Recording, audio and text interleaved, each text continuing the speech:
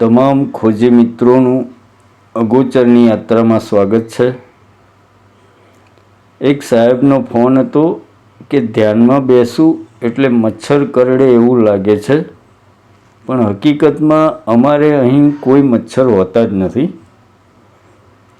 બીજું કે તમે દરેક વિડીયોના અંતમાં કહો છો કે આવતા એપિસોડમાં અમુક બાબત વિષય ઉપર ચર્ચા કરીશું, પણ એ એપિસોડ આવતો જ નથી। જેમ કે લાસ્ટમાં પ્રાણ ઉપર ચર્ચા કરવા કહેલું, પણ એ હજી આવ્યું નથી, તો એ મને રસપ્રદ લાગેલું, તો એના ઉપર હજી 1-2 એપિસોડ બનાવજો। તો સાહેબની વાત સાચી છે, પણ અલગ અલગ મિત્રોના વચ્ચે પ્રશ્નો આવી જાય એટલે એના ઉપર એપિસોડ બની જાય છે, એટલે એ બદલ ક્ષમા કરશો। આપણે શક્ય એટલી કોશિશ કરીશું કે અગોચરની આ યાત્રામાં તમામ પાસા ઉપર વિચાર કરી લઈએ, અને એ સિવાય તમે પણ આ બાબતે કંઈ જાણતા હો તો પણ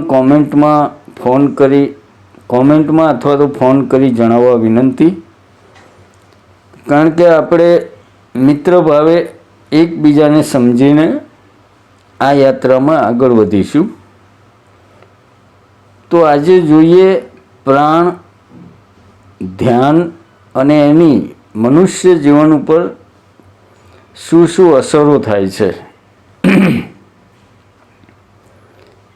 મિત્રો, મનુષ્યનું શરીર અને એમાં રહેલું જીવન તત્વ, આ બે ઉપર વાત કરો ને એટલે સમજો કે આધ્યાત્મ અને વિજ્ઞાન બેઉ આવી જાય। પણ મનુષ્યનું જીવન પૂરું થાય અને એનામાં રહેલું જે જીવન તત્વ એમાંથી નીકળી જાય, એ પછી એના બાબતે તમે વાત કરો એટલે એ અગોચરની દુનિયા, 14મું લોક, ભૂત પ્રેત અને આત્મા આવી જાય। યાદ રાખજો, આપણે કોઈ પરમાત્માની વાત નથી કરવી।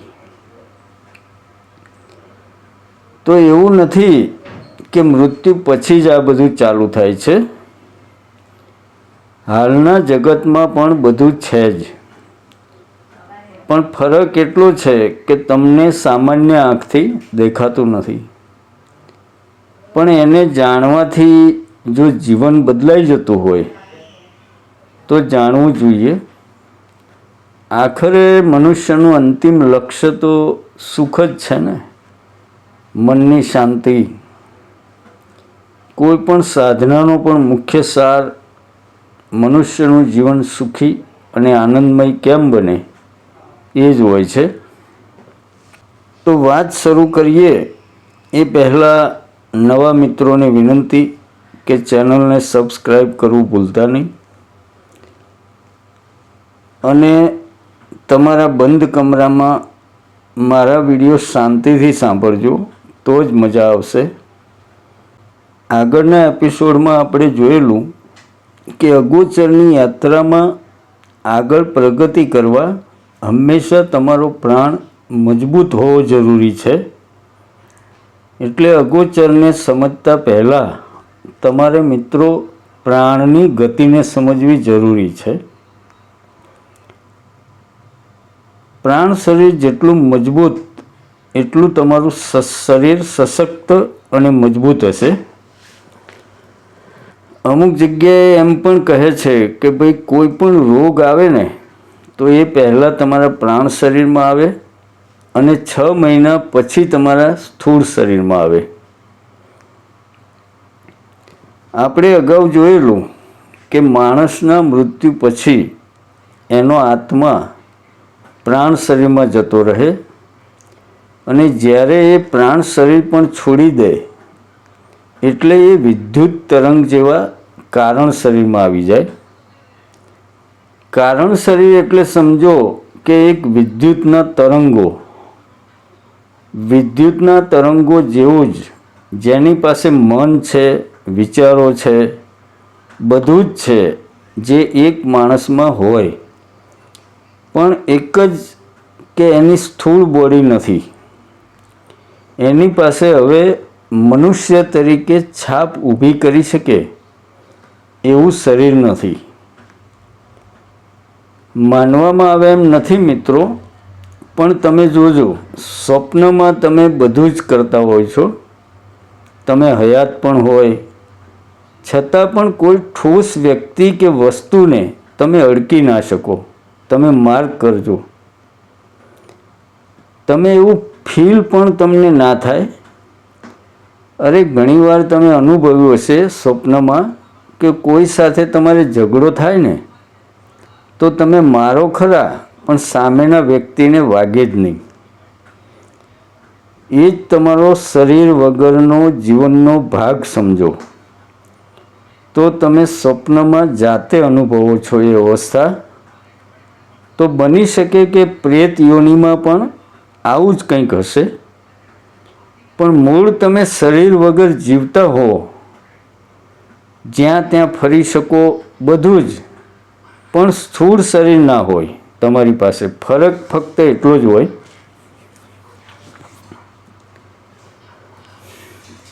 પહેલાંના જે યોગીઓ હતા એમને ચંદ્ર પર કે મંગળ ઉપર શું છે એમાં એમને રસ નહોતો, પણ માણસની અંદર કેટલી સંભાવના છે એ જાણવામાં એ લોકોને વધુ રસ હતો.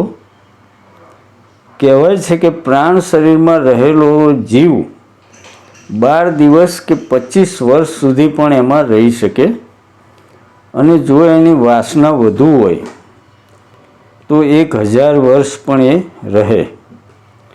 અમુક તો પ્રાણ શરીરમાં જીવને રોકીને અમર થવાની રીતો પણ પહેલાંના લોકોએ શોધી કાઢેલી.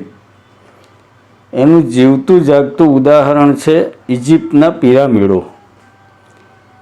ઇજિપ્તના પિરામિડો એનો જ એક ભાગ છે. જેમ કે ઇજિપ્તમાં તુતાનખામનનો પિરામિડ હતો, 60 કે 70 વર્ષ પહેલાં એ ખોદવામાં આવેલો. તો એમાં 5 મજૂર અને 29 વૈજ્ઞાનિકો એની કબરમાં ગયેલા. ત્યાં કોઈ અદ્ભુત શક્તિનો વાસ હોય ને એવું એ લોકોએ અનુભવેલું, અને એની કબર ઉપર લખ્યું હતું કે અમે અહીં સૂતા છીએ, જગતના કાળા માથાના માનવીને અમારી નમ્ર અરજ કે અમારી કબર કોઈએ ખોદવી નહીં, એકાંતમાં અમારા સ્વર્ગમાં અમને જીવવા દેવા. આ વાંચ્યા છતાં પણ મિત્રો એ લોકોએ એની કબર ખોદી તો 5 જ દિવસમાં 5 મજૂરો તો કોઈને કોઈ કારણસર ત્યાં જ મરી ગયા, અને બાકીના લોકો પોતાના દેશમાં ચાલ્યા ગયા.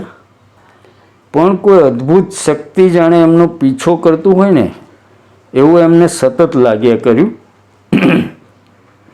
જાણે કોઈ મારી નાખવાની ધમકી આપતું હોય ને. અને 5 થી 6 વર્ષમાં તો કોઈ અગાશીથી કૂદીને મરી ગયું, કોઈએ ઝેર પી લીધું, કોઈ અકસ્માતમાં મરી ગયું, કોઈ દરિયામાં પડી મરી ગયું. એમ બધા જ લોકો મરણને શરણ થઈ ગયા. એટલે મિત્રો કંઈક એવું જાણવામાં છે અસ્તિત્વમાં કે તમારા શરીરમાંથી જે નીકળી જાય પછી જે અગોચરની યાત્રા કરે છે એમાં કંઈક રહસ્યો ભરેલા ચોક્કસ લાગે છે. તો પ્રાણને મજબૂત કરવા માટે જ આપણે પ્રાણાયામ કરવાના હોય. અસ્તિત્વમાં જે શ્વાસ છે ને મિત્રો, એ આપણે સામાન્ય રીતે લઈએ, આપણે એટલું જ લઈએ છીએ કે જેથી તમારું કામ ચાલે. એટલે ફેફસાના ઘણા બધા તમારા કાણાઓ સુધી શ્વાસ પહોંચતો જ નથી. એટલે જો સંપૂર્ણ શ્વાસ લેવામાં આવે તો પ્રાણની ગતિમાં પણ વધારો થાય અને તમારી તંદુરસ્તી પણ સારી રહે. ધ્યાન એક એવી ક્રિયા છે જે પ્રાણ શરીર કેવી રીતે કામ કરે છે અને એની કામગીરી વગર રોકટોકે તમને જોવા મળે. આજકાલ તમે જુઓ મિત્રો કે કેન્સર જેવા ભયંકર દર્દો કે જેનો કોઈ ઈલાજ સામાન્ય માણસ માટે તો શક્ય જ નથી, એ બધાનું મૂળ કારણ પણ તમારા પ્રાણની નબળાઈ જ છે.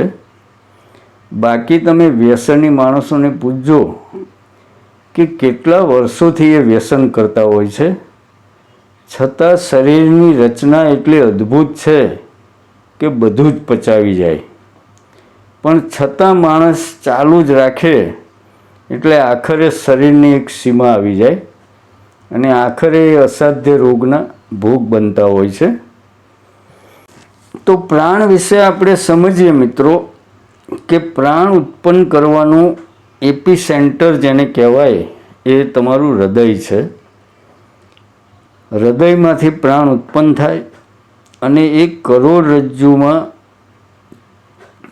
અને બીજા સેલમાં, જો કે કરોડરજ્જુ તમારી જે કરોડરજ્જુ છે એ પોઝિટિવ પોલનું કામ કરે છે.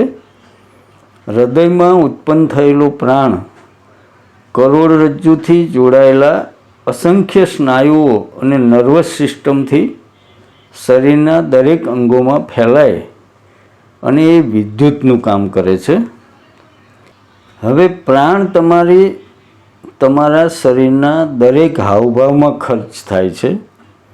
તમારા વિચારો, તમારી લાગણીઓ, ગુસ્સો, આ બધામાં તમારા પ્રાણના તરંગો એની કેપેસિટી મુજબ વપરાય જ કરે છે અને અસ્તિત્વમાં પ્રાણ તત્વ દ્વારા જે ફેલાય છે. જેમ કે તમે ગુસ્સે થયા તો તમારા ગુસ્સાના વિદ્યુત કણો અસ્તિત્વમાં પણ ફેલાય છે અને અસ્તિત્વમાં પાછા એના લગતા જેટલા પણ ગુસ્સાના કણો હોય ને એ એને મળી જાય અને વ્યક્તિ વધુ ગુસ્સાવાળો થાય. એવું જ દરેક વિચારમાં છે તમારા.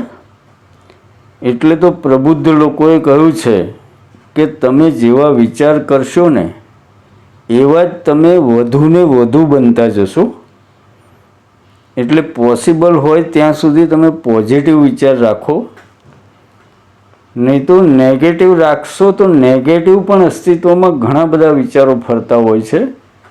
એ બધા ભેગા થઈને પાછા તમારા સહસ્ત્રાર ચક્ર ઉપર આવશે અને તમને વધુ નેગેટિવ બનાવશે. એટલે જ્યારે પણ તમે ધ્યાનમાં બેસો ત્યારે તમે જોયું હશે ઉપર જે સાહેબે પ્રશ્ન પૂછ્યો એ મુજબ મચ્છર કરડે એવો ચટકો ભરતું હોય ને એવું લાગે. એ ખરેખર મચ્છર નથી હોતું, પણ પ્રાણના તરંગો શરીરમાંથી જ્યારે તમે ધ્યાનમાં બેસો ને ત્યારે ફોર્સથી બહાર નીકળે અને એના લીધે તમને એવું લાગે જાણે મચ્છર ચટકા ભરતા હોય. એટલે ધ્યાનમાં બેસનાર વ્યક્તિએ એને મચ્છર સમજીને હાથ પગ હલાવી દેવા નહીં. જો તમે હાલ્યા ચાલ્યા વગર 1 કલાક બેસો તો તમારી પ્રાણની ઉર્ધ્વ ગતિ કરી શકો. મચ્છર માખી માટે મિત્રો પહેલેથી જ વ્યવસ્થા કરી નાખવાની, જેથી અમુક વાર શું સાચો મચ્છર પણ હોઈ શકે એવું જરૂરી નથી. એટલે મોટા ભાગે ધ્યાનમાં તમે બેસો ત્યારે તમારી બોડીમાંથી આ પ્રાણના તરંગો એટલા ફોર્સમાં નીકળે કે મચ્છરને પણ આમ તો બેહોશ કરી નાખે. અને એ જ કારણ છે કે બુદ્ધ અને મહાવીર જેવા લોકો જંગલોમાં કોઈ રક્ષણ વગર ધ્યાનસ્થ થઈ જતા. જો તમે ધ્યાનમાં સમાધિ કે તુર્યા અવસ્થા સુધી પહોંચી શકો તો તમે મોતને પણ ટાળી શકો. પણ એ બહુ આગળની વાત છે. કહેવાય છે કે બુદ્ધે એમના કંઈક 21 અવતાર જોયેલા. એમ ધ્યાનમાં તમે વધુને વધુ ઊંડાણમાં જાઓ ને તો તમને આ જન્મના વિચારો તો હવે જેટલા હતા એ બધા આવી ગયા. પછી તમારો આ ડબ્બો ખાલી થઈ જાય આ જન્મનો. એટલે છેલ્લે તમને આ જન્મમાં તમે જ્યારે જન્મ્યા એ દેખાય, તમારી માતાના ઉદરનું જે અંધકાર હોય એ દેખાય, અને પછી એના આગળના જન્મમાં તમારું જ્યાં મૃત્યુ થયું હોય, કારણ કે તમે ક્યાંક મૃત્યુ પામ્યા તો જ તમે ક્યાંક બીજો જન્મ લીધો, એટલે એ તમારું મોત તમને દેખાય. એમ કરતાં કરતાં તમે ઘણા જન્મો પણ જોઈ શકો એવું યોગીઓનું કહેવું છે. એના બાબતે માઇકલ ન્યૂટન નામના એક હિપ્નોથેરાપિસ્ટની એક બુક છે, જર્ની ઓફ સોલ્સ, યાની કે આત્માનો પ્રવાસ. એમાં એમણે એમના ત્યાં થેરાપી લેવા આવતા અલગ અલગ ગ્રાહકોને ઊંડા ટ્રાન્સમાં લઈ જઈ એમને એમના ભૂતકાળમાં લઈ ગયા અને આગળના જન્મ સુધી અને મોત સુધી જાણવા એમણે પ્રયોગ કરેલા છે. મળે તો વાંચી જજો, બહુ રસપ્રદ બુક છે. દરેક અલગ અલગ એન્ટિટીને, અલગ અલગ ટાઈપના ઘણા બધા આત્માઓને એ મળ્યા અને એમના ઇન્ટરવ્યૂ લીધા અને એની આખી બુક બનાવેલી છે. અહીંયા એક વાત કહી દઉં મિત્રો, કે આ બધી વાતોમાં કેટલું સત્ય છે એ તો અનુભવ પરથી જ ખબર પડે, પણ વાતો સાંભળવા જેવી રસપ્રદ હોય છે. મારું તો માનવું છે કે માણસે પોતાના ઉપર જ રિસર્ચ કર્યા કરવાનું, તો પણ તમને જીવનના ઘણા રહસ્યો સમજાઈ જશે. ધ્યાન તમારા ધીરજની કસોટી છે અને તમારી સહન શક્તિની પણ. તમે હાલ્યા ચાલ્યા વગર કેટલા કલાક બેસી શકો એ જુઓ. એમાં એક એક્સ્ટ્રીમ પોઈન્ટ આવશે કે તમને પગ દુખવા લાગશે અને આખરે જો એ તમારી સહન શક્તિનો એક્સ્ટ્રીમ પોઈન્ટ વટાવી દેશો ને તો પછી તમને ધ્યાન ગાઢ બનશે. અંતમાં સાહેબના પ્રશ્નનો જવાબ પણ મળી ગયો હશે અને પ્રાણ ઉપર આગળના એપિસોડમાં પણ વધુ ચર્ચા કરીશું. એના માટે તમે ચેનલને સબસ્ક્રાઈબ કરી રાખો, જેથી આવનારા વિડીયો પણ તમને સરળતાથી મળી જાય, અને સંબંધીઓને પણ શેર કરવું ભૂલતા નહીં. અને આ બાબતે કોઈ પણ પ્રશ્ન હોય તો સ્ક્રીન ઉપર નંબર આપેલો જ છે, વિના સંકોચ પૂછી શકો છો. આપણે મિત્ર ભાવે જવાબ આપવા કોશિશ કરીશું. તો મળીશું મિત્રો આવતા એપિસોડમાં.